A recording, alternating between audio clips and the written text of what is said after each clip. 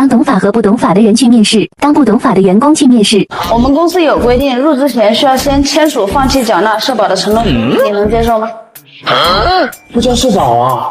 那薪资上有没有补偿呢？下一位，当懂法的员工去面试。我们公司有规定，入职前需要先签署放弃缴纳社保的承诺书，你能接受吗？好，你这就签，反正签了也没得效果，到时候我个投诉，还不是要跟我补缴社保？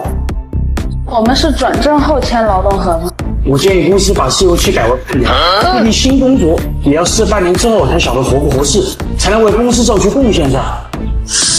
入职1个月不签劳动合同，第2个月开始支付双倍工资。